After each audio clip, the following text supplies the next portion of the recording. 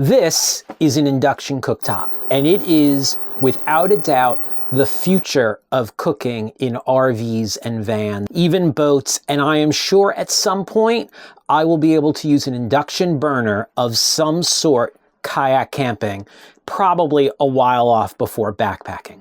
This is the future. There's just one problem. Let's go.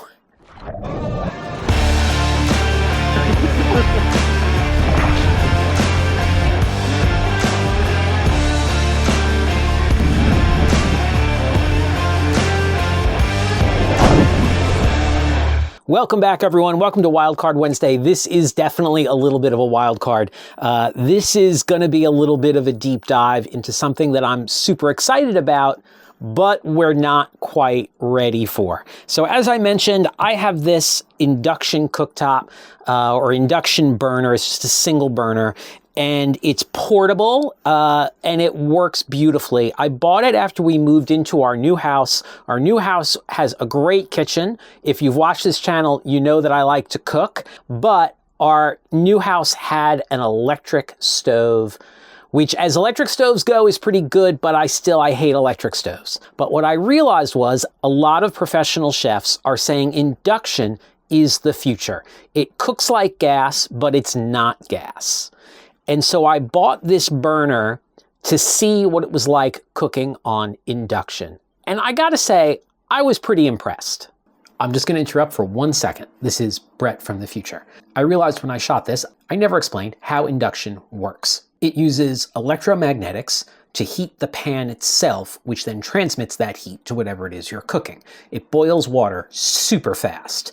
But because it's using electromagnetics, the pans that you use have to be reactive to a magnet. So if a magnet won't stick to it, you can't use it. It does work with most of the pans I use, particularly cast iron, which is mainly what I use. But in order to do this, it uses a lot of power. Okay, back to me. So as I mentioned, my wife and I really like loading the dog up into the van, putting the kayak on the roof, going someplace beautiful, spending our days outside, but then having the ability to just sleep in the van instead of a tent. It's super nice, particularly for our aging dog. A lot of this van is built around dogs. This van build has a couch solely because our aging dog really likes couch time. We like that convenience and comfort of being able to settle down into the van at night. And if you've watched this channel, you know I like to cook. And the way that we have always cooked in our vans is with a Jetboil Genesis stove that lives right up here, connected to a propane tank. And I've done a video about this. This is the Ignic propane gas growler, which I absolutely love. It was like $140 or something like that. We plumb it to that Jetboil Genesis, probably using some cables we're not supposed to, but it works beautifully. This tank filled will last me about a year. I just refilled it, and it cost me $4. This thing is great, and it goes to the Jetboil, which works really well. But it's kind of like I'm carrying around gas, which is a little scary sometimes. And it's just something else to be thinking about.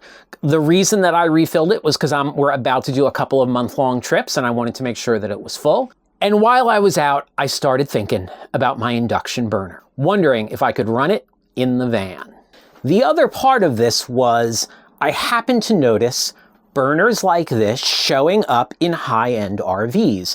I'm a big fan of the Storyteller Overland Hilt. I think that's an amazing van. The Hilt is using induction cooktops. It has a full induction stovetop that can be covered if you need more prep space and if you don't want to use it. If I had $400,000 or $500,000 and could figure out a way to get my kayak on the roof of one, I would buy one in a heartbeat. Another vehicle that I'm looking at a lot is the Earth Roamers, and those are all using induction cooktops. And in the newest one, they're using what's called invisible induction. So it's built into the counter. You can't see it unless you're using it. But this countertop doubles as an invisible stovetop. What? It is finally time to use the what is it called? Invisicook. I'm using the front one, and I want it on medium. No pressure. Maybe slide it a little bit towards us. This was getting hot. This was getting hot too. We just had him in the wrong spot. And then it heats up through. So you put your pot just right on the countertop and you boil water or cook or whatever. Seems a little crazy, but that's where we're going. So I was thinking, these high-end companies are using induction. Why can't I use one in the van? I had to start doing math, and I gotta tell you, it got a little crazy. So the first thing I need to do is figure out exactly how much power this thing is drawing.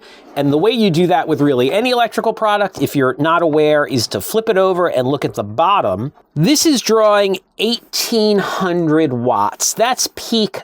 We now need to start doing a lot of math to figure out if, in fact, I can power it. Or we could just plug it in and see what happens.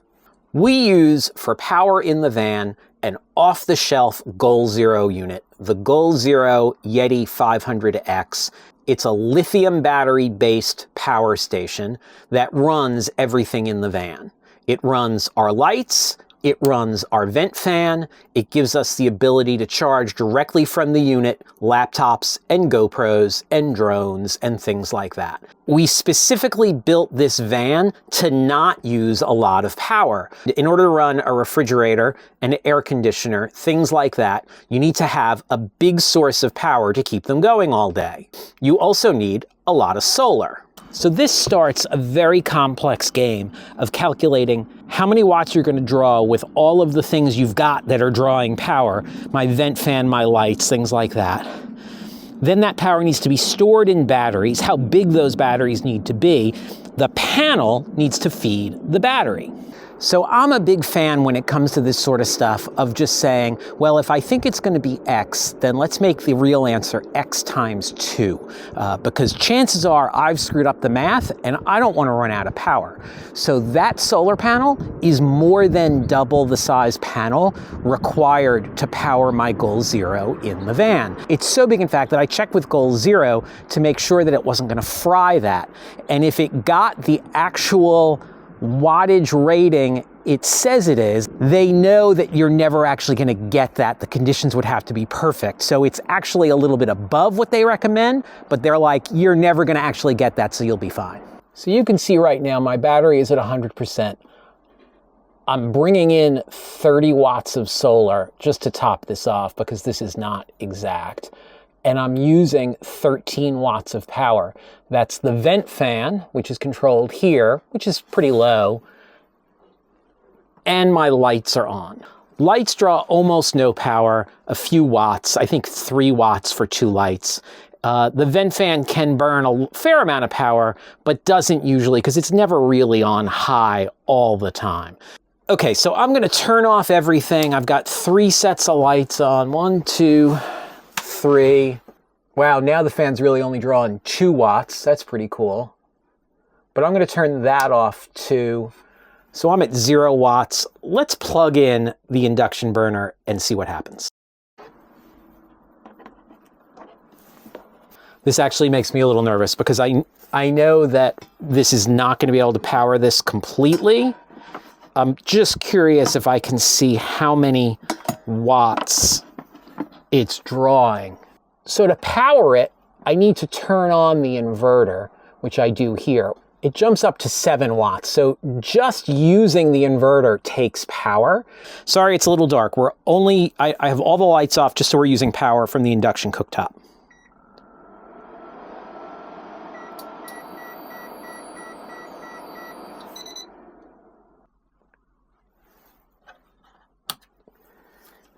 Yeah, and that's what I thought was going to happen. I hoped that I could turn it off and power it down quickly enough that it didn't just shut it down, but I looked up and saw a 400 watt draw and then it kicked off. So I can't even power this unit up. So now you're saying, but wait a second, how did you boil that water a few minutes ago? And the answer is actually pretty simple. The induction cooktop was plugged into this plug right back here. This plug is not coming off of the Goal Zero unit. This plug is coming off of shore power. So when I built the van, I put a plug on the side of the van so that if we were in a campsite that had power, we could plug in. And right now, the van is plugged into my house. Let's move inside, get on a computer, and figure out exactly what it would take for me to power this thing in the van, and more importantly, for how long. So I was hoping that I could get that to run for a few minutes on the lowest setting, but there's such a spike in power to get it up and running that the Goal Zero just couldn't handle it. So that's a Goal Zero Yeti 500X. It's got 505 watt hours at 12 volts. I actually checked. It's about 40 amp hours. Oddly, Goal Zero on their website lists battery capacity at 10.8 volts, not 12 volts. I don't know why they do that. That ramps up the amp hours. This is a whole bunch of craziness that you don't need to know for the purposes of this video. The numbers get crazy. It's very hard to calculate, but I want to do just two things. The first is I want to figure out how big of a Goal Zero or off-the-shelf power situation I would need to power that thing and for how long. And then how are companies like Earthroamer and Storyteller Overland powering their cooktops in their vans? So the first is we need to figure out what Goal Zero I would have to upgrade to. Now keep in mind that that cooktop is relatively inexpensive. I bought it originally for about 150 bucks. I noticed today it's online available for 111 on Amazon. So super affordable. You could be cooking in your van affordably if you could power it. So there are two problems. The first is providing enough power to the cooktop. The second is how long can I provide power to the cooktop? The 1800 watt rating on the cooktop is the maximum. That's the most amount of power it will put out. Really, so that's watts. So let's just think in terms of watts at the moment. Think about like in terms of like a light bulb, a 75 watt light bulb, right? The inverter on the Goal Zero, and all an inverter does is it converts 12 volt direct current to 110 or 120 alternating current like you have at a wall socket. That inverter, the max that it will do is 300 watts. I need at least an 1800 watt inverter on the Goal Zero. So let's look at their product line and figure out what will work. Shop, mid-size. So 1500X, 2000 watt AC output. So that's close, but as I said with the solar panel, I think you should overshoot. Is there another one here? So that would probably do it, but I'd be worried about running anything else. That is the biggest in this size. Okay, Yeti Pro 4000.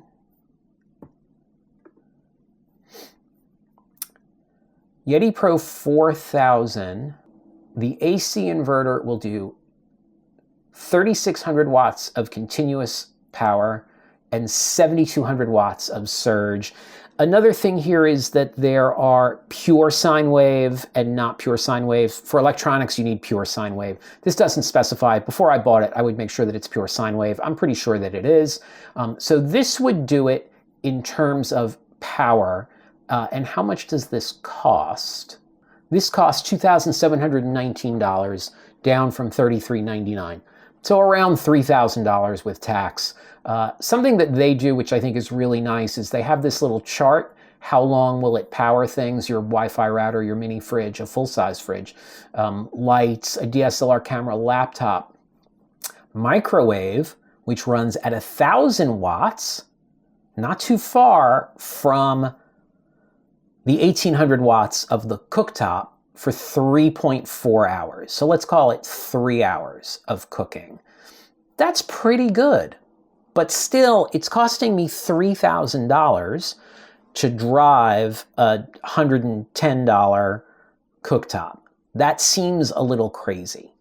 But maybe we could build a system instead of buying a pre-built system. So maybe if I build a system, I could do that cheaper than buying it off the shelf, right? This is why we intentionally built our van with not a lot of power draws, because you start going down these roads of powering everything, and then you need more battery and more solar and more everything. But let's take a quick look at building our system. So the first thing we're going to need is a 3,000 watt 12 volt pure sine wave inverter. That's $369, down from $400. Let's call it $400 with tax. We're going to need a battery to go with that. This is the Battleborn 100 amp hour 12 volt battery. This is $1,000 with tax. It is smart though, I can control it with my phone.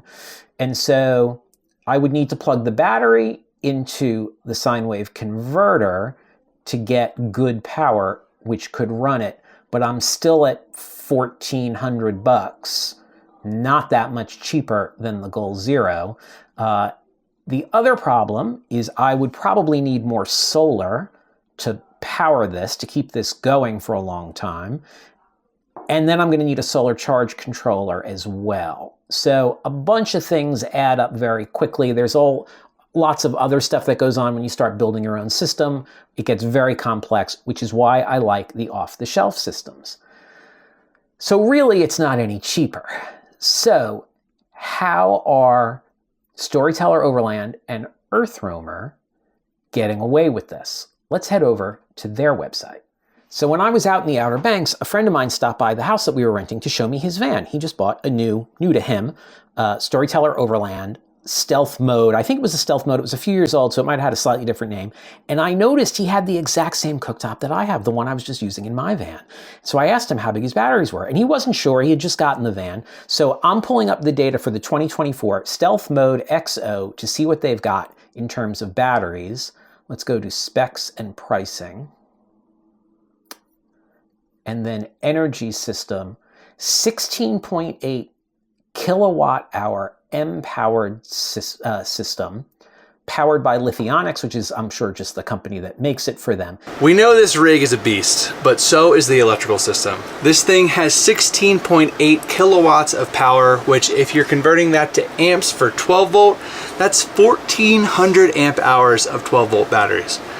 So in our rig, we had only 540 amp hours, and I thought that was pretty big. So this is massive. On the roof, there's also 1,320 watts of solar, so you don't really need to worry about running out of power. And I believe this thing charges through the alternator while we're driving as well.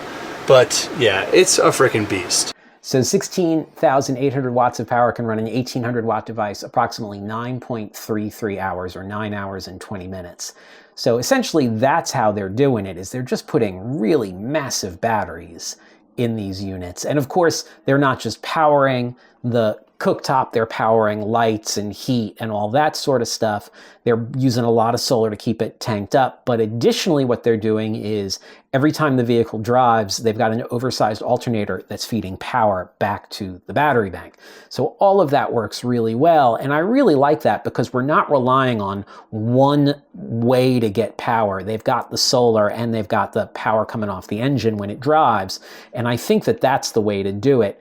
I'm really surprised that we don't have small wind turbines that you set out next to your van when you park it someplace windy, which in the Outer Banks would work amazingly well.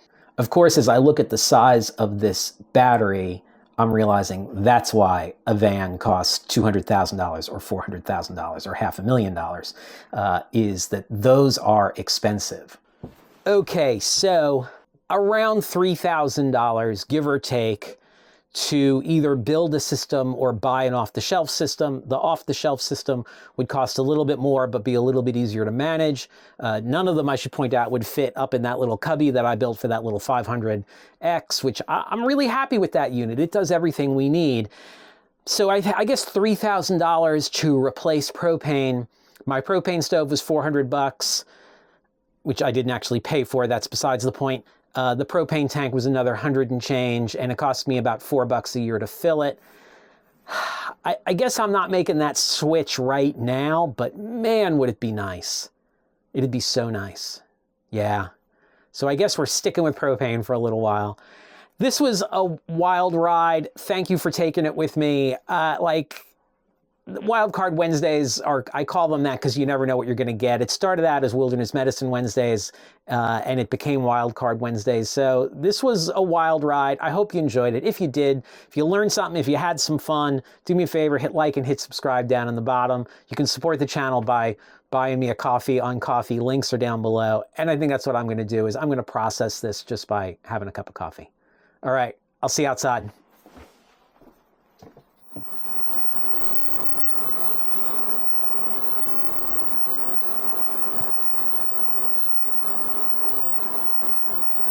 Stop recording.